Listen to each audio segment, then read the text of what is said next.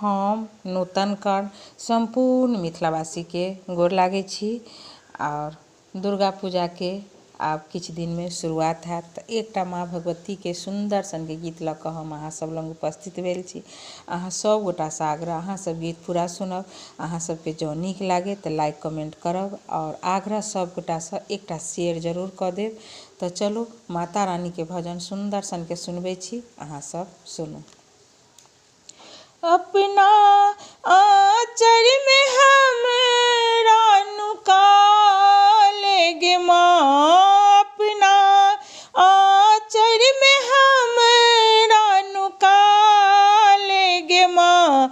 एक बेर बउआ तू कही क बजा लेगे माँ, एक बेर बउआ तू कही क बजा लेगे माँ। अपना आँचर में हमरा नुका लेगे माँ, एक बेर बउआ तू कही क बजा लेगे माँ, एक बेर बउआ तू कही क बजा लेगे माँ।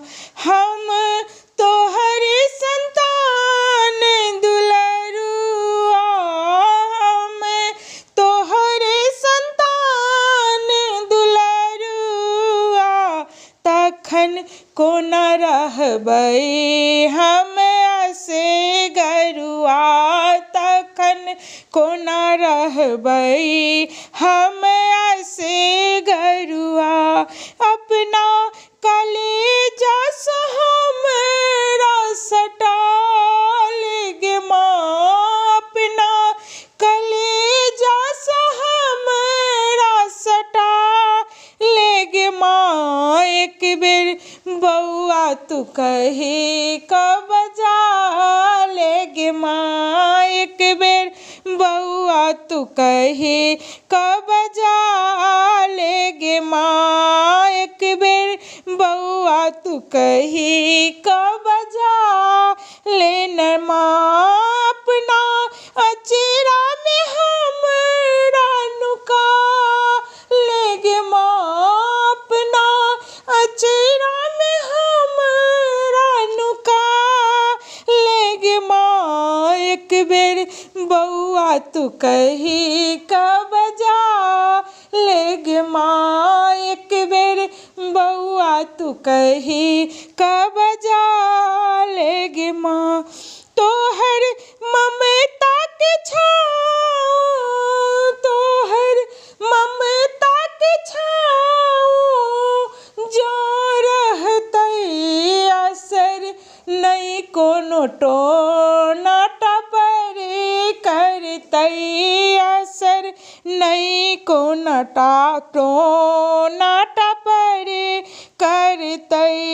कालक नजर से हमरा, कालक नजर से हमरा बचा लेगे माँ।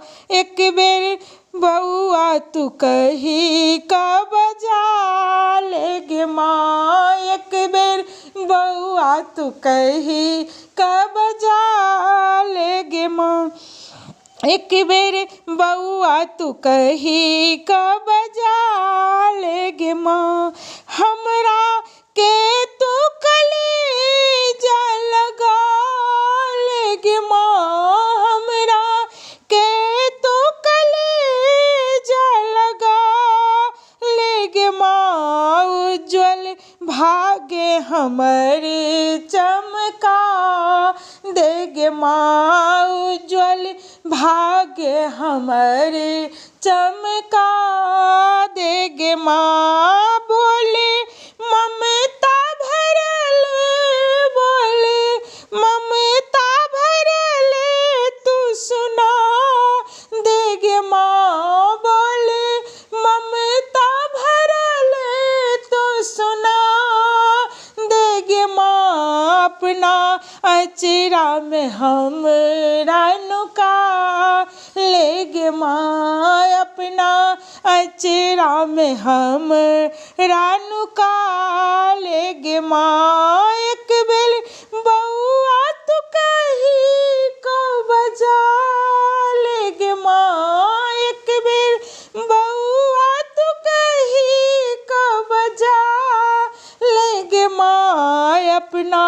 अचरा में हम रानू का लेगे माँ, अपना अचरा में हम रानू का लेगे माँ। धन्यवाद।